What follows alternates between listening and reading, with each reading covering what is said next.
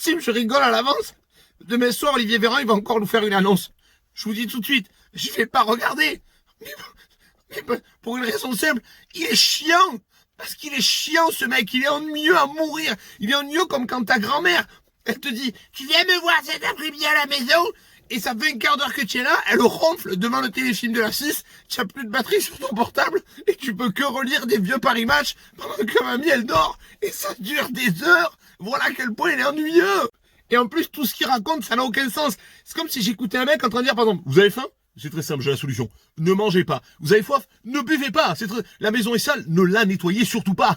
Le mec, il fait les annonces, genre, oui, les bars, il faut qu'ils soient fermés parce que le Covid, il est énervé, etc. Tu vas dans le bus, mais c'est un cluster à lui tout seul. Mais tu as déjà pris un métro à Paris, ils sont comme ça, les gens. Vous avez le pass Navigo? Oui, j'ai le Covid Go, tenez.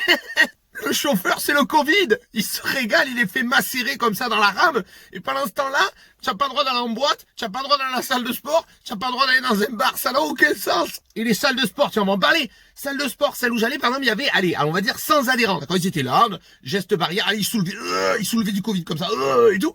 Hop, ils ont fermé les autres salles de sport à proximité. Qu'est-ce qui s'est passé? Ils sont tous dans la même salle. Du coup, ils soulèvent comme ça, ils soulèvent du Covid-19, mais ils sont 250 dans la salle. Ils soulèvent des postillons, ils soulèvent des clusters. Ce qu'ils font, ça n'a aucun sens. Puis alors, j'ai carrément vu des villes où le Covid a des horaires. Ça, ils te disent, tu mets le masque, je vous jure que c'est vrai, de 9h à 13h, mais pas de 14h à 17h.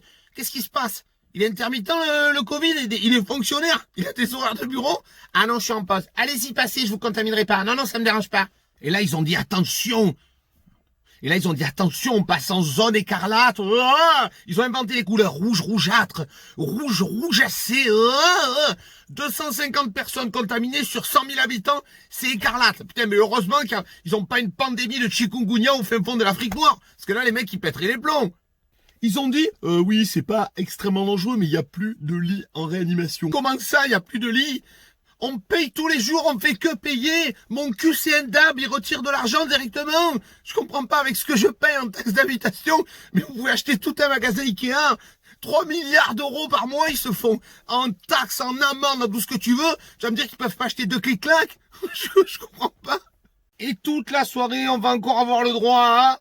Écoutez, je tenais à dire aux Français que si tous les cas contacts sont contactisés en termes de Covid, covidisés, de clusterisés, il n'y a aucun problème quant au fait que 10% de la population ne représente que 4% de la population non masquée, a priori masquée, qui tout simplement sera déclusterisée en confinement, déconfiné. Je veux dire, un moment, par rapport aux gestes barrières, il va de soi.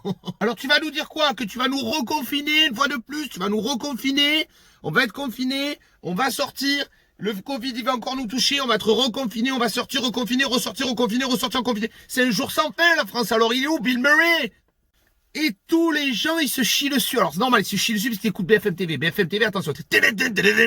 Mais ils vont te dire, le Covid est dans les oiseaux qui vont cuit, ça vous contamine. Les gens ils vont faire, je suis contaminé. Bien sûr qu'il faut faire attention, bien sûr, mais est-ce qu'on va arrêter la vie tout entière? Parce qu'il y a des gens, ils vont mourir. Hein. Il y a des gens, je t'ai dit un truc, ils vont pas mourir de Covid. Les mecs qui travaillent dans le monde de la nuit, les restaurateurs et compagnie, ils vont regarder leur compte en banque. Là, ils vont mourir direct. Ils vont voir le compte, pire que le Covid, ça va être instantané. Alors je dis pas que c'est facile de gérer une crise financière, mais tout ce que j'aurais demandé à monsieur Vérine, c'est au moins qu'ils disent une bonne fois pour toutes, lui et ses collègues du gouvernement qui gagnent 400 millions d'euros par mois pendant que nous on a 3 cacahuètes, on ne sait pas ce qu'on fait. On est désolé. Ça m'aurait fait plaisir. Je dis putain, tu vois là, Olivier là, putain, il m'a fait plaisir là. Là franchement c'est le sang. Ou pour une fois il dit je fais de la merde. C'est pas grave. Bon si j'ai dit tiens je vais cuisiner, j'ai raté mon gâteau, j'ai dit bon j'ai fait de la merde. Voilà, il faut le reconnaître. Alors la team, prenez soin de vous, respectez les gestes barrières. Moi, dès que je vois une barrière, je la touche. Ah, ça va la barrière. J'ai dit, je te respecte. Elle me dit, ah, c'est gentil de respecter les barrières. Prenez soin de vous, mettez quand même le masque quand vous allez dehors, mais arrêtez de nous raconter des conneries. Et je vous jure, n'écoutez pas cette merde. Regardez le résumé sur Twitter, c'est 10 fois plus rigolo. Allez, salut Vérine, bisous.